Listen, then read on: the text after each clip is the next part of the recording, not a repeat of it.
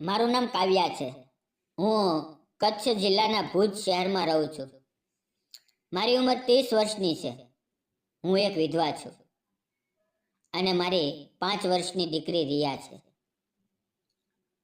આજે હું મારી જીવનની વાર્તા કહું છું. મારું જીવન શરૂઆતમાં સાદું હતું. હું કચ્છના એક નાના ગામમાં જન્મી હતી. મારા માતા પિતા નાનો વેપાર કરતા હતા. હું ઘરમાં મદદ કરતી હતી. સ્કૂલમાં 10મું ધોરણ પૂરું કર્યું, પછી બ્યુટી પાર્લરનો કોર્સ કર્યો. મને વાવની સ્ટાઇલ અને મેકઅપ કરવાનો શોખ હતો. 22 વર્ષની ઉંમરે મારા લગ્ન થયા. મારા પતિનું નામ વિકાસ હતું. વિકાસ ભુજમાં નાની દુકાન ચલાવતા હતા. અમે નાના ઘરમાં રહેવા લાગ્યા. સવારે હું ઘરકામ કરતી, બપોરે પાર્લરમાં કામ કરતી, સાંજે વિકાસ સાથે વાતો કરતી. અમારું જીવન ખુશખુશાલ હતું. થોડા વર્ષ પછી અમારી દીકરી રિયા આવી. રિયા જન્મી ત્યારે હું ખૂબ ખુશ થઈ. રિયા હસમુખી હતી, તે ચપળ હતી, તે અમારા જીવનનું કેન્દ્ર બની ગઈ. વિકાસ તેને ખૂબ પ્યાર કરતા હતા. હું તેને રમાડતી હતી. અમે ત્રણેય સાથે સમય વિતાવતા હતા.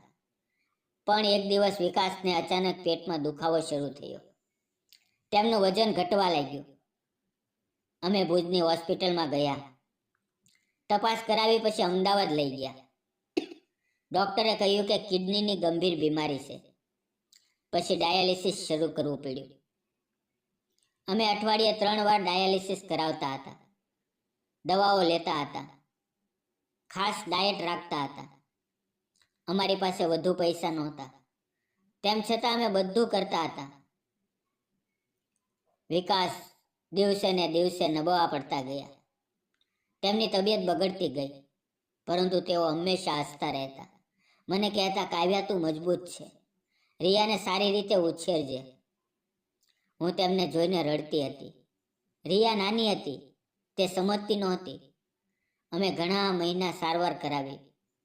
પૈસા ખૂટ્યા, લોન લીધી, પરિવારની મદદ લીધી. વિકાસ હોસ્પિટલમાં રહેતા હતા.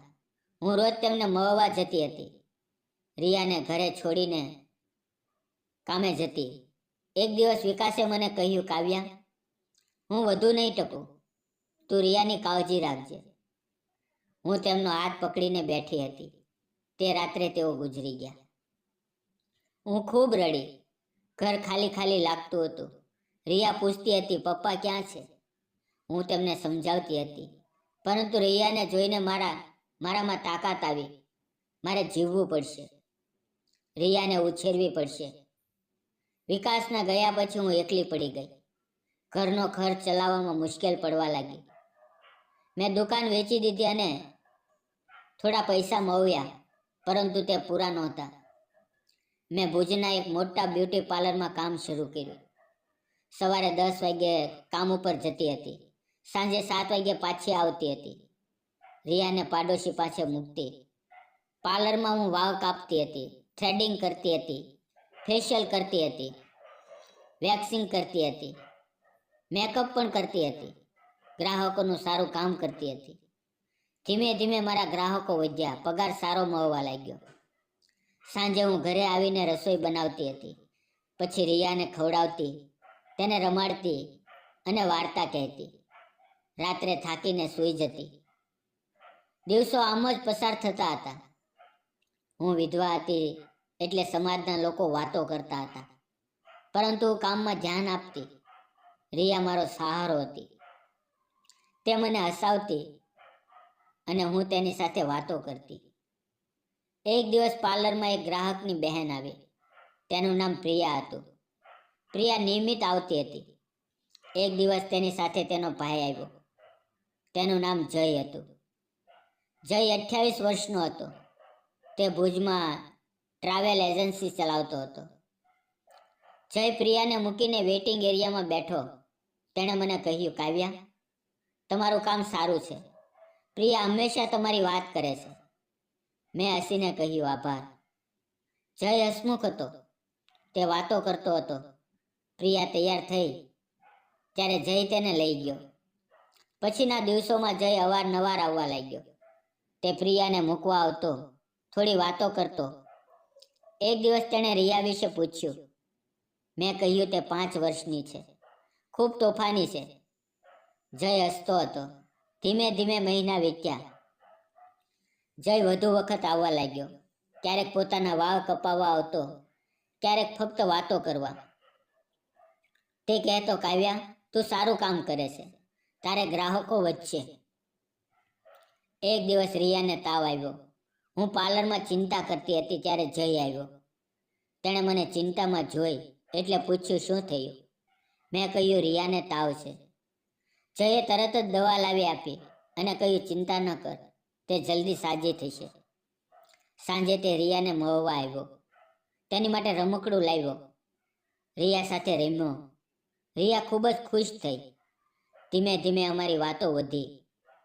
જય હવે રોજ ઘરે આવવા લાગ્યો. રિયા તેને ઓળખવા લાગી. હવે તે તેને કાકા કહેતી હતી. એક સાંજે પાર્લર બંધ થયા પછી હળવો વરસાદ પડી રહ્યો હતો. જયે કહ્યું, કાવ્યા, ચાલ આજે હું તને અને રિયાને ઘરે મૂકી દઉં. અમે બંને તેની કારમાં બેઠા. રિયા પાછળની સીટ પર ઊંઘી ગઈ હતી. રસ્તામાં વરસાદની ઝરમર વધી. જયે કાર એક શાંત જગ્યાએ ઊભી રાખી. બહાર વરસાદનો અવાજ આવતો હતો. તેણે મારી તરફ જોયું અને ધીમેથી કહ્યું, કાવ્યા, તારી સાથે વાત કરવી મને ખૂબ ગમે છે. તું આટલી મજબૂત છે, આટલી કાળજી લેનારી છે. હું તારી આંખોમાં એક ખાસ ચમક જોઉં છું. હું થોડી વાર શરમાઈ, પરંતુ મારું મન પણ ખુશ થયું. તેણે મારો હાથ હવેથી પકડ્યો. મને કહ્યું, કાવ્યા, હું તને ખૂબ પસંદ કરું છું. હું તારી અને રિયાની કાળજી રાખવા માંગુ છું. વરસાદની ઝરમર વચ્ચે અમે થોડી વાર ચૂપચાપ બેઠા. મારા મનમાં નવી લાગણી જાગી. તેની આંખોમાં પ્રેમ હતો. હું પણ તેને પસંદ કરતી હતી. તેણે મારા હાથને હળવું ચુંબન કર્યું અને કહ્યું, હું તારી સાથે હંમેશા રહીશ. તે પળ મને ખૂબ સુંદર લાગી. વરસાદ ધીમે ધીમે અટકી ગયો. અમે ઘર તરફ નીકળ્યા. પણ મારા મનમાં નવી ઉમ્મીદ જાગી હતી. એ પછી અમારી મુલાકાતો વધી. જય રોજ આવતો, રિયા સાથે રમતો, મને મદદ કરતો. એક દિવસ તેણે કહ્યું, કાવ્યા, મને તું પસંદ છે. હું તારી અને રિયાની કાળજી લઈશ. હું થોડી વાર ચૂપ રહી.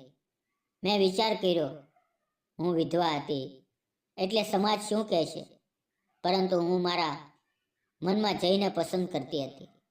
તે ખૂબ સારો માણસ હતો. રિયા તેને પસંદ કરતી હતી. પછી અમે વાતો કરી ત્યારે જઈએ કહ્યું, હું રિયાને પોતાની દીકરી માનીશ. હું થોડીક શરમાણી અને હું માની ગઈ. પછી પરિવારમાં વાત કરી. શરૂઆતમાં ઘણા બધા વાંધા આવ્યા. લોકો કહેતા હતા, વિધવા સાથે લગ્ન. પરંતુ જયે બધાને સમજાવ્યા અને કહ્યું, પ્રેમમાં કશું ખોટું નથી. ધીમે ધીમે બધા માની ગયા. આજે મને જીવનમાં નવી ખુશી મળી છે. જયનો સાથ મળ્યો છે. રિયા ખુશ છે.